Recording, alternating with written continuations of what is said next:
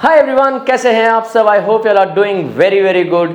इस वीडियो में बड़ा इंपॉर्टेंट कंसेप्ट कवर करूंगा मैं, excess demand and deficient demand को। बट एक्सेस और डेफिशिएंट डिमांड को समझने से पहले एक काम करते हैं, मैं आपको अपने इंस्टाग्राम चैनल के बारे में बता दूं, इको सीखो उसका भी नाम है, उसको आप फॉलो कर लो। उसमें आप कंसेप्ट्स को बहुत ही कम टाइम में समझ सकते हैं। मैं वहाँ पे बहुत इंपॉर्टेंट क्वेश्चंस भी डिस्कस करता हूँ। एक इंपॉर्टेंट कंसेप्ट को बहुत ही शॉर्ट ड्यूरेशन में 30 मिनट 30 सेकेंड या 1 मिनट में डिस्कस करता हूँ। तो अगर आपको वो वैसे वीडियोस चाहिए तो मुझे इंस्टाग्राम पे फॉलो कर ले, अगर डिटेल में वीडियो के लिए मुझे आप यूट्यूब में देख ही रहे हो। चलिए एक्सेस डिमांड का कंसेप्ट समझते हैं। देखिए, इकोनॉमी में एक्सेस डिमांड हम किसे कहते हैं? Excess demand is a situation when aggregate demand is greater than aggregate supply, but against what? Against the full employment situation in an economy. मैं आपको एक एग्जांपल देके बताता हूं। सपोज करो कि इकोनॉमी में टोटल डिमांड है 100 यूनिट्स का, टोटल एग्रीगेट सप्लाई भी 100 यूनिट्स का है। तो जितना सप्लाई करना चाहते हैं प्रोड्यूसर, उतना ही बायर बाय करना चाहते हैं। बहुत बढ़िया सिचुएशन है, ना ही सेलर को परेशानी ना ही बायर को परेशानी। And at the same time there is a full employment of resources in an economy. Resources मतलब land, capital, labour, every resource is fully employed, कुछ भी वेस्ट नहीं हो रहा है। तो जब फुल एम्प्लॉयमेंट में एग्रीगेट डिमांड और एग्रीगेट सप्लाई इक्वल होते हैं, उसको हम कहते हैं situation of equilibrium against the full employment equilibrium कहते हैं इसको। बट अगर फुल एम्प्लॉयमेंट में एग्रीगेट डिमांड एग्रीगेट सप्लाई से ज्यादा हो जाए against the full employment level, if aggregate demand is greater than aggregate demand, that situation is called as an excess demand.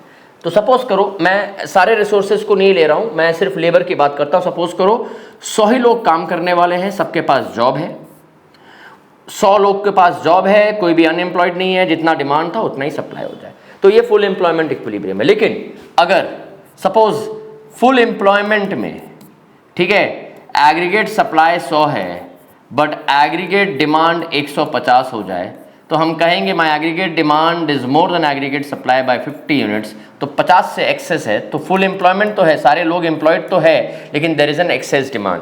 अब ये एक्सेस डिमांड क्यों रहेगा? बिकॉज जब फुल एम्प्लॉयमेंट के अगेंस्ट में सप्लाई जो है वो उतना जल्दी बढ़ेगा नहीं, because resources are fully employed. जितने लोग हैं सबके पास काम है, जितना लैंड है फुल्ली एम्प्लॉयड है, जितने कैपिटल है पूरा एम्प्लॉयड है। तो फुल एम्प्लॉयमेंट में अगर सप्लाई डिमांड अचानक से बढ़ जाए तो सप्लाई को शॉर्ट रन में बढ़ाना इमीडिएटली पॉसिबल नहीं है। तो इस केस को हम कहते हैं एक्सेस डिमांड। क्यों एक्सेस? बिकॉज सप्लाई नहीं बढ़ सकता। तो ऐसे सिचुएशन को हम एक्सेस डिमांड कहते हैं। एक्सेस सिचुएशन में होगा क्या? एक्सेस डिमांड के सिचुएशन में होगा क्या? सिंस सप्लाई बढ़ना उतना आसान नहीं है, तो डिमांड ज्यादा है, तो भाई हर एक बिजनेसमैन की सोच में यही है, अगर डिमांड सप्लाई से ज़्यादा है तो वो प्राइस बढ़ाना चालू कर देंगे। मतलब एक्सेस डिमांड का situation creates the problem of inflation and hence it is also known as inflationary gap. इसको डायग्राम से समझते, मैंने बहुत ही सिंपल तरीके से आपको समझाने की कोशिश की है कि एक्सेस डिमांड क्या है, और डेफिशिएंट डिमांड इसका उल्टा है। इसका उल्टा है। मैं आगे डायग्राम से समझाऊंगा आपको। अगर आपको ये पीडीएफ चाहिए तो आप एक काम करना, मैं अपने ये जो नीचे डिस्क्रिप्शन में ना मैं अपने व्हाट्सएप चैनल का लिंक दे दूंगा, आप उस लिंक से जुड़ जाना, वो मेरे व्हाट्सएप चैनल पे। और उस व्हाट्सएप चैनल पे मैं ये जितने भी हैं ये सबको अपलोड करता रहता हूँ। जो भी मैं यहाँ पे क्लास ले रहा हूँ, जो भी आपको वीडियोस बना रहा हूँ, सारे पीडीएफ को वहाँ अपलोड कर दूंगा। तो मेक श्योर नीचे आप जाके वहाँ पे कर लेना उसको। चलिए अब हम आते हैं डायग्रामेटिकल एक्सप्लेनेशन इसका। तो क्या है देखिए, तो हम लिखेंगे यहाँ पे, ये this is my x axis, this is my y axis. Exam में जब भी आप ग्राफ बनाते हो x axis y axis mention नहीं करोगे, एक्स एक्सिस के वेरिएबल्स को और वाई एक्सिस के वेरिएबल्स को मेंशन नहीं करोगे, तो आपके मार्क्स कटेंगे, आपको पूरे मार्क्स नहीं मिलेंगे, रादर शायद हो सकता है कुछ भी मार्क्स ना मिले।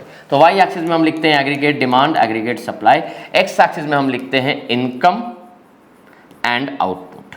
ठीक है, तो ये मेरा एग्रीगेट सप्लाई कर्व है, ठीक है, और ये हमारा एग्रीगेट डिमांड कर्व है। ठीक है, let's assume that this point E is the full employment equilibrium. मैं शॉर्ट फॉर्म लिख रहा हूं, जगह नहीं है। अब यहां पे aggregate demand should have been equal to aggregate supply और फुल एम्प्लॉयमेंट होता, लेकिन अगर ये ना हो करके एग्रीगेट डिमांड अगर ऊपर है, लेट्स से 81, ठीक है, ये इक्विलिब्रियम होना चाहिए था, ये इक्विलिब्रियम इनकम होना चाहिए था, लेट्स से OM, लेकिन अभी क्या है कि एग्रीगेट डिमांड हमारा फुल एम्प्लॉयमेंट एग्रीगेट डिमांड से ज़्यादा है। AD होना चाहिए था, है कितना, AD1। So this gap is representing excess demand, this gap is representing excess demand and this gap is also called inflationary gap। देखिए मैं शॉर्ट फॉर्म लिख रहा हूँ, जगह नहीं है यहाँ पे, लेकिन मैं बोलता भी जा रहा हूँ तो आपको समझ में आ रहा है। तो ये मेरा फुल एम्प्लॉयमेंट इक्विलिब्रियम है, E फुल एम्प्लॉयमेंट इक्विलिब्रियम, लेकिन इतना एग्रीगेट डिमांड AD होना चाहिए था, AD नहीं होकर के AD1 है। तो ये जो गैप है it is representing excess demand और इन्फ्लेशनरी गैप। अब भैया इससे इन्फ्लेशनरी गैप है तो आपको समझ में आ ही रहा होगा कि यहाँ पे प्राइसेस बढ़ना चालू हो जाएंगे। तो इसको सॉल्व कैसे करना है? सबसे पहले इसके रीजंस क्या है, एक्सेस डिमांड के रीजंस क्या है? देखो एक्सेस डिमांड मतलब aggregate demand more than aggregate supply. तो एग्रीगेट डिमांड कैसे लिखते हैं हम? C plus I plus G plus net export, export minus import. तो कब there can be a problem of excess demand? पहला, जब या तो कंजम्पशन एक्सपेंडिचर बढ़ जाए।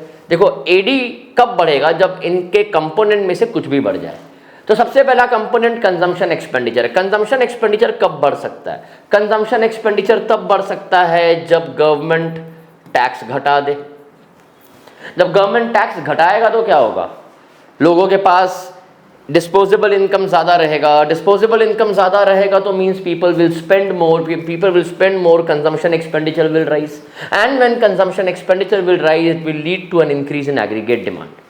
देखो लॉजिक समझो, रटना नहीं है, तोता नहीं बनना है आपको बनना है इकोनॉमिस्ट, और इकोनॉमिस्ट रट नहीं सकते, लॉजिक को समझ सकते हैं, ठीक है।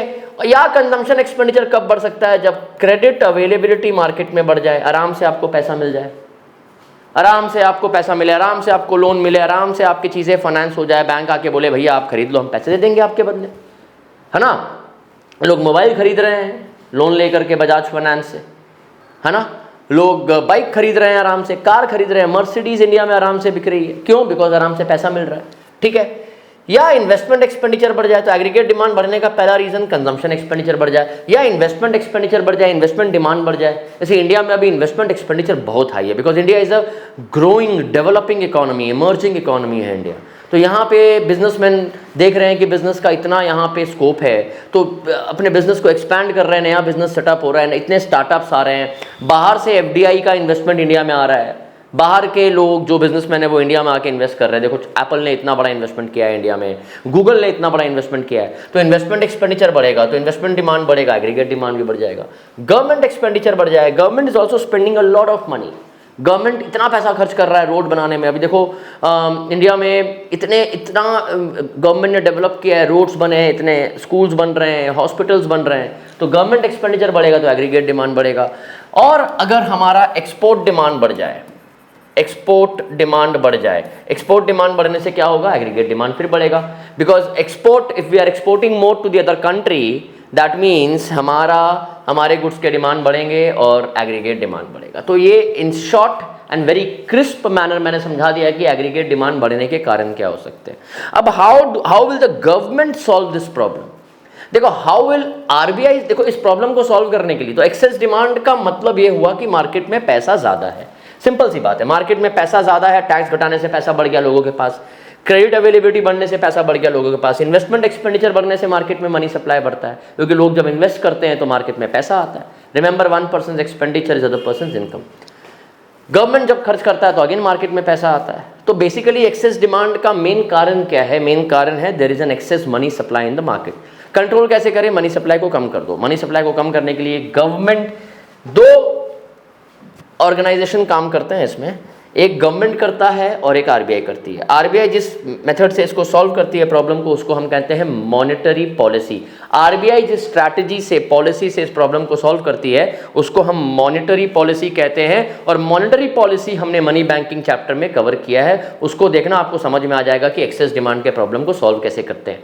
बस थोड़ा सा हिंट दे रहा हूँ कि CRR को बढ़ाया जाता है, SLR को बढ़ाया जाता है, बैंक रेट को बढ़ाया जाता है। तो आप मनी बैंकिंग प्लेलिस्ट में जाना और वहाँ पे देख लेना। अब आते हैं कि गवर्नमेंट इस प्रॉब्लम को सॉल्व कैसे करेगी। गवर्नमेंट का पॉलिसी को हम कहते हैं फिस्कल पॉलिसी। गवर्नमेंट जिस प्रॉब्लम अच्छा मैं नए पेज में ही करता हूँ। गवर्नमेंट जो स्ट्रैटेजी से इस प्रॉब्लम को सॉल्व करती है उसको हम फिस्कल पॉलिसी कहते हैं। तो fiscal policy is the policy related with government receipts and expenditure. Government कैसे अपने रिसीट्स एंड एक्सपेंडिचर को मैनेज करके एक्सेस डिमांड के प्रॉब्लम को सॉल्व करेगी। सबसे पहले गवर्नमेंट क्या करेगी, टैक्स बढ़ाएगी। क्या है एक्सेस डिमांड में, मार्केट में पैसा ज्यादा है, पैसा कम करना है, कैसे कम करेंगे, टैक्स बढ़ाओ। टैक्स बढ़ाने से अब यहां पे मैं लिखता हूं aggregate demand is equal to CIG plus net export.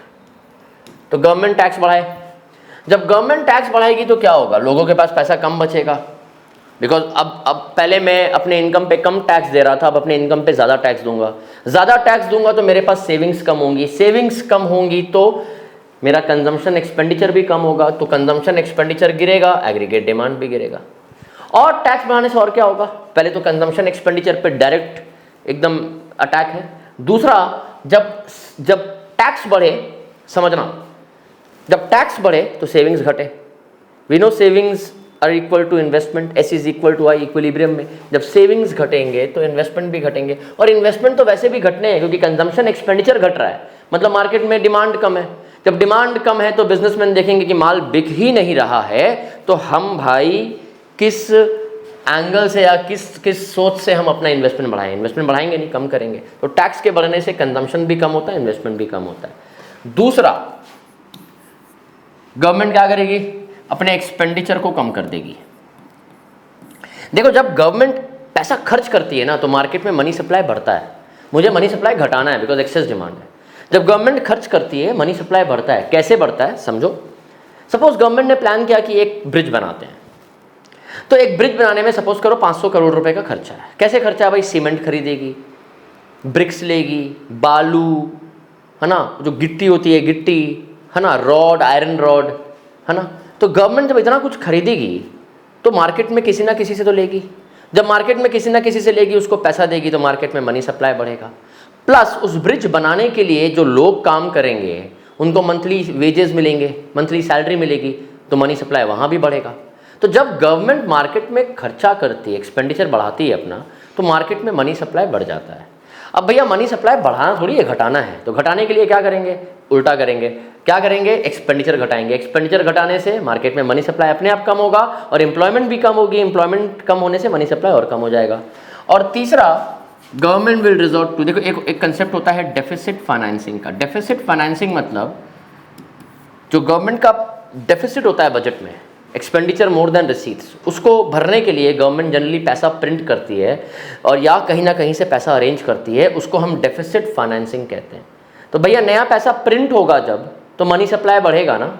हमें मनी सप्लाई क्या करना है, कम करना है। तो गवर्नमेंट डेफिसिट फाइनेंसिंग के प्लान्स को बहुत रेस्ट्रिक्ट कर देती है, उतना एग्रेसिवली डेफिसिट फाइनेंसिंग नहीं करती है। तो I hope this is clear to everybody कि एक्सेस डिमांड क्या है और इस प्रॉब्लम को सॉल्व कैसे किया जाता है। जनरली क्वेश्चन आता है, what is excess demand, how does the government solves the problem of excess demand using its fiscal policy tools. ठीक है, नेक्स्ट इज, अगर बात करें डेफिशिएंट डिमांड, सिचुएशन उल्टा है। डेफिशिएंट डिमांड में aggregate demand is less than aggregate supply against the full employment equilibrium. चलिए समझते हैं। तो ये भाई, ये एक्स एक्सिस हो गया, ये वाई एक्सिस हो गया। याद रखना कि मैंने अपने डिस्क्रिप्शन में व्हाट्सएप ग्रुप का लिंक डाल दिया है, उस लिंक को आप ज्वाइन कर लो। उस लिंक को ज्वाइन करते ही मैं आपको जितने भी मैं क्लासेस दे रहा हूँ, इंपॉर्टेंट क्वेश्चंस भी उसमें डालता रहता हूँ, छोटे छोटे सेशंस भी डालता रहता हूँ। ठीक है, तो आप वो कर सकते हो, उसको ज्वाइन कर लेना, आपको सब कुछ मिल जाएगा। तो ये मेरा एग्रीगेट सप्लाई है, एक्स एक्सिस में एग्रीगेट डिमांड, एग्रीगेट सप्लाई लिख दिया, वाई एक्सिस में, सॉरी वाई एक्सिस में एग्रीगेट डिमांड, एग्रीगेट सप्लाई, यहाँ पे इनकम एंड आउटपुट। ठीक है, तो ये एग्रीगेट सप्लाई है, this should be my aggregate demand. ये मेरा फुल एम्प्लॉयमेंट इक्विलिब्रियम है ई। ठीक है, मैं लिख नहीं रहा हूँ फुल एम्प्लॉयमेंट इक्विलिब्रियम, बोल रहा हूँ, याद करें आप इसको अपने खुद भी साथ साथ बनाते रहें और लिखते रहें। तो जब एग्रीगेट डिमांड एडी नहीं हो करके AD1 होना चाहिए, AD for full employment equilibrium है कितना, AD1, मतलब फुल एम्प्लॉयमेंट इक्विलिब्रियम में जितना एग्रीगेट डिमांड होना चाहिए उससे कम। तो ये जो गैप आपको दिख रहा है इसको हम कहते हैं deficient demand. Demand, aggregate demand less than aggregate supply against the full employment equilibrium. अब भैया डिमांड कम है, फुल एम्प्लॉयमेंट में सप्लाई ज़्यादा है। ठीक है, तो क्या होगा, हम बेचना तो चाह रहे हैं, खरीदने वाले नहीं हैं। अब तो डर लगेगा हमारा माल बिकेगा नहीं, तो हम चुपचाप से प्राइस को कम कर देंगे। देखो सिंपल सा बिजनेस का रूल है, जब आपका प्रोडक्ट नहीं बिकता है और आप डरने लगते हो कि इन्वेंट्री ना बच जाए, अनसोल्ड स्टॉक्स ना बच जाए, तो आप बेचने के लिए सेल लगाते हो, flat 10% of, flat 20% of, flat 30% of, flat 50% of. तो यहाँ पर भी प्राइस गिरेगा, इसलिए इसको हम डिफ्लेशनरी गैप भी कहते हैं। ठीक है, तो ये क्या है समझ में आ गया। इसका सॉल्यूशन क्या है? इसका सॉल्यूशन इसका उल्टा होगा। इसमें टैक्स बढ़ाया है, उसमें टैक्स घटा देंगे, मार्केट में मनी सप्लाई बढ़ाना है। ठीक है, इसमें एक्सपेंडिचर गिराया, उसमें एक्सपेंडिचर बढ़ा देंगे। और इसमें इसमें क्या था, डेफिसिट फाइनेंसिंग को रिस्ट्रिक्ट किया था। इसमें हम एग्रेसिवली गवर्नमेंट डेफिसिट फाइनेंसिंग करेगी, नया पैसा प्रिंट करेगी, सो दैट मार्केट में मनी सप्लाई बढ़े। तो I hope this is clear to everybody. बड़ा इंपॉर्टेंट टॉपिक है, इसको बढ़िया से देख लो, और आपको कोई डाउट हो तो आप कमेंट सेक्शन में डालो। I will try to answer those questions. अगर आपको वीडियो पसंद आई है तो forward this video to your friends and take good care of your health. Bye bye, take care.